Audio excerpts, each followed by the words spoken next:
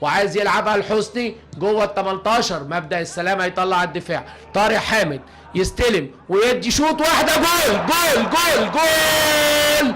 طارق حامد ليا الحظ وبجيب جول. برافو طارق حامد. تصويبه من بعيد وعلي لطفي نازل متاخر ليها. طبعا هنا بقى الكلام لمين؟ للكابتن احمد سليمان.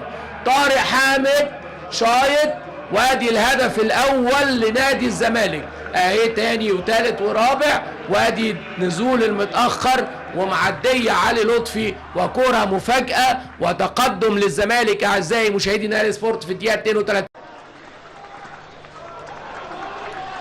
توصل تاني حسني فتحي، عايز يعدي من الجانب الايمن، عايز يعدي ويلعبها عرضيه والهدف الثاني. يا حسني فتحي ودوره في هذا اللقاء.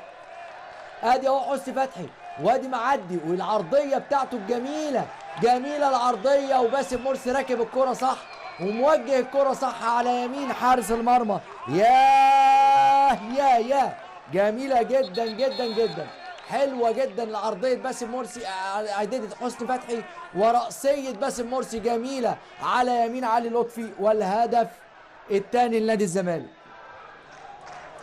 هدف جميل جدا وكوره جميله جدا، وواضح كده ان نادي الزمالك